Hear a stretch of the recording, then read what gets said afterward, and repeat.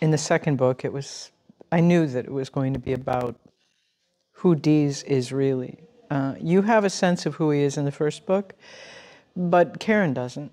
You begin to see him with these women, and you begin to see that his life might be slightly different than she understands it to be. In the second book, it becomes more clear that he is endeavored in some criminal activities.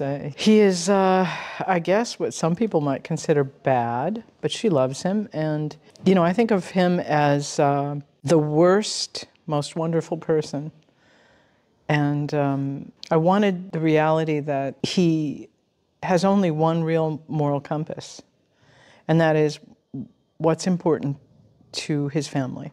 He doesn't have as many opportunities as he probably should as an artist, a person, and he can't support them as an artist at this point. So he is supporting them as a mobster. And Karen is making that realization in the second book. It's very hard. Now, I hope that's not too much of a spoiler. It's very hard. But then, as a person who lives in the United States, one has the experience of realizing that the system that cares for you is not necessarily as caring towards the rest of the world. And yet, you know the better aspect of that entity.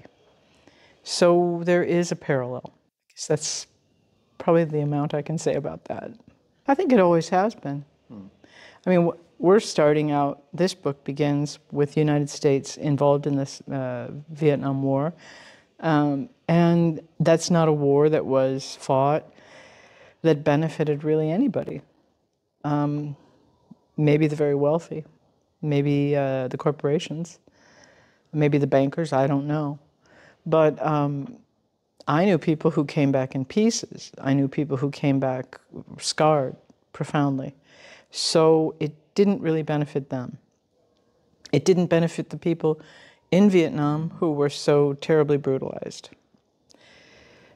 So you can have a system that cares for you, allows you to live, but is not benevolent outside of you, outside of the family. And that's unfortunately paralleled in Karen's life.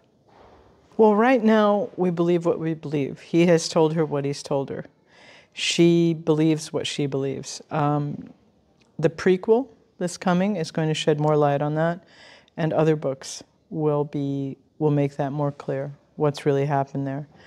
But when you're dealing with a person like Anka, you're dealing with so many people who have done harm in her life.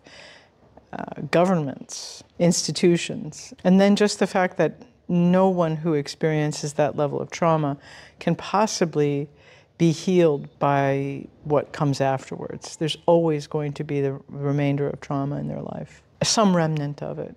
And Karen is realizing that. She's realizing that Anka has these ghosts and shadows. I mean, that's what part of this book is about. So we have information, we get information, but we also know that Dees is an unreliable narrator in so many ways. Karen tells us that. So does she really believe that he's capable of doing something so criminal? No, and I think we also don't fully accept that either. And there's more to understand about that. Nothing is black and white, except the drawings, occasionally. Well, as a child, I knew somebody who was very elegant, very intelligent, very involved in the art world. And she, I saw her sleeve of her arm, on her arm, right up, and on her arm, there were numbers. And I looked into her eyes, and she looked into mine, and I knew that I couldn't ask any questions. It just was clear to me that in an unspoken way, she said that there wasn't much to be said. But I wanted to know what that was, so I went to the library, and I told the librarian what happened, and she gave me books. And I looked at the books, and, you know, I had that revelation that one does, that a terrible, terrible thing had happened. A shocking thing. And then I moved. My family moved to Rogers Park, and it had a large Jewish community.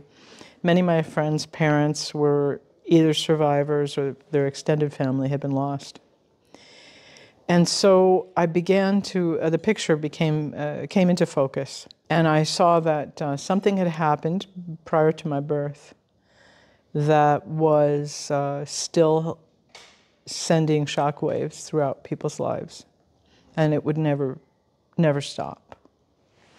And I wanted to create a character that was the composite of a lot of people I knew who were trying to live with the trauma. And I wanted to talk about, you know, we had this amazing opportunity after 9/11 in the United States. We had an opportunity we had the world's sympathy, and we had an opportunity to embrace the world.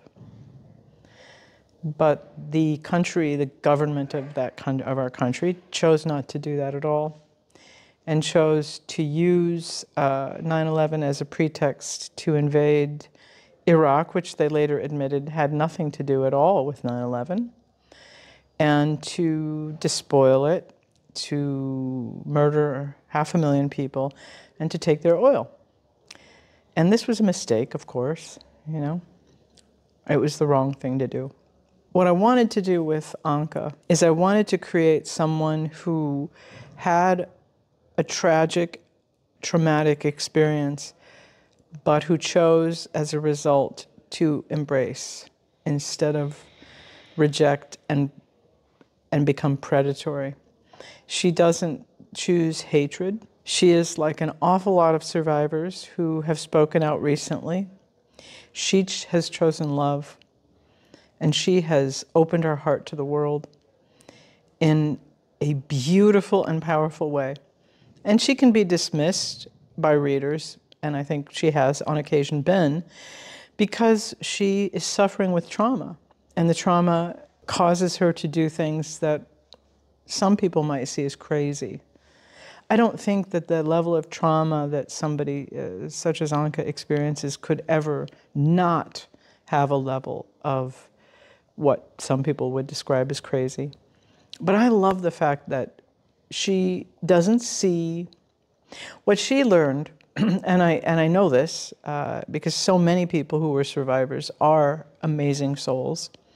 She learned that we are just souls having an experience in these bodies. In this lifetime, I'm Emil Ferris, and I'm described by these certain things, and I have this history. But in another lifetime, I may be a child in Sudan. I may be a child in Tel Aviv. I may be a child in Gaza. I may be a child in Detroit. In another lifetime, I might even be in the future, you know.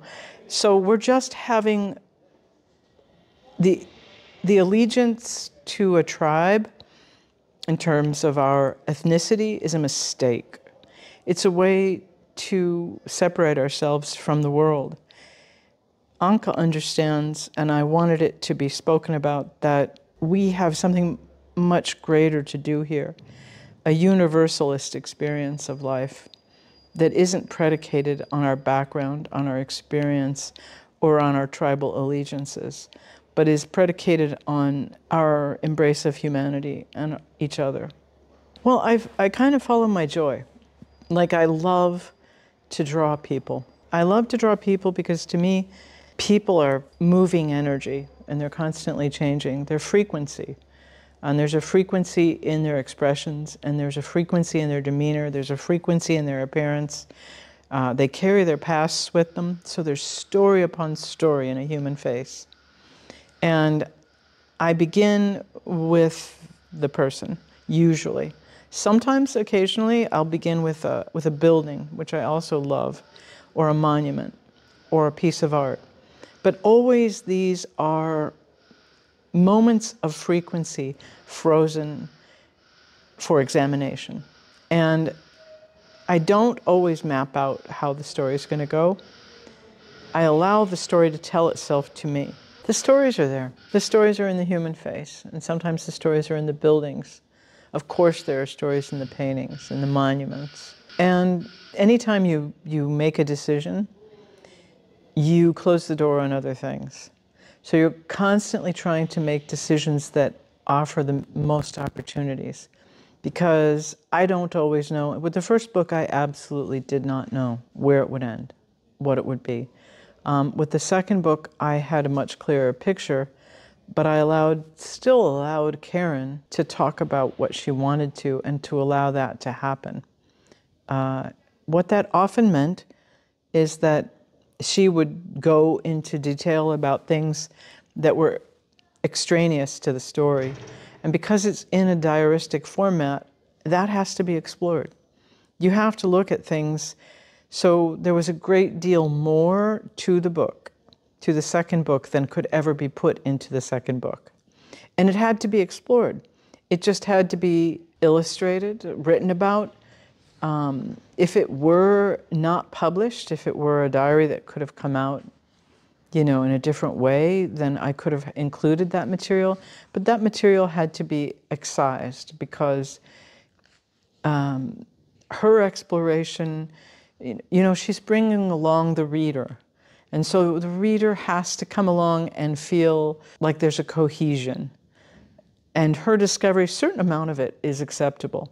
So there were things that just had to be set aside.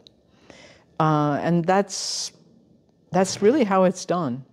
You know, that I allow Karen to look into things, to have experiences, and to map them out in her notebook.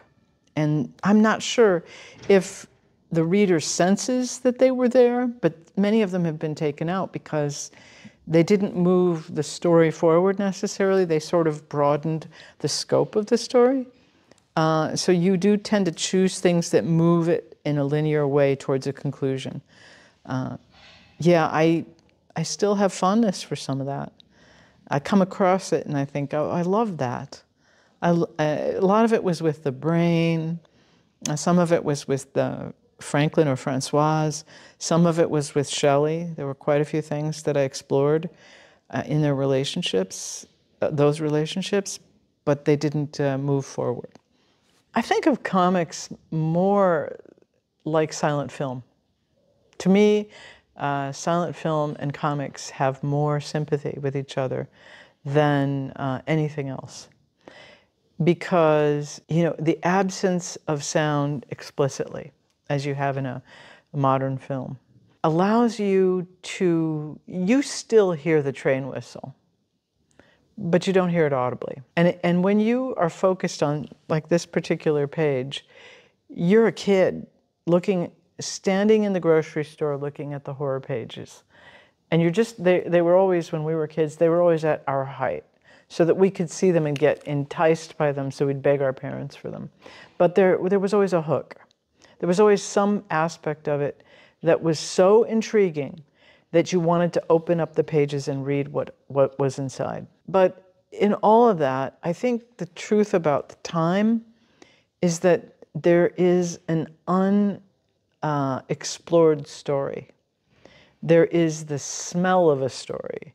There is a scent of an occurrence, of a haunting, of a transformation, of something dark in these horror covers. And that scent is also in the pages that follow. Because Karen is saying, by replicating these covers, she's saying, I'm a kid, and these are the mysteries I'm dealing with. Not that this is the exact same thing, but these are the questions I have. So, yeah, there's time in it. People tell me that some people like that, and others find it frustrating, that they need to spend time looking. But I think spending time looking is kind of the underscoring point of the whole book. is please spend more time looking and asking yourself questions and understanding that the stories are not always obvious. And this is the case with the covers, and it's also the case with the paintings. I think the underscoring words are, please spend time looking. It's okay. You can take that time. In the world we live in, we're often told that we need to get the information quickly. But I think that we have to work against that.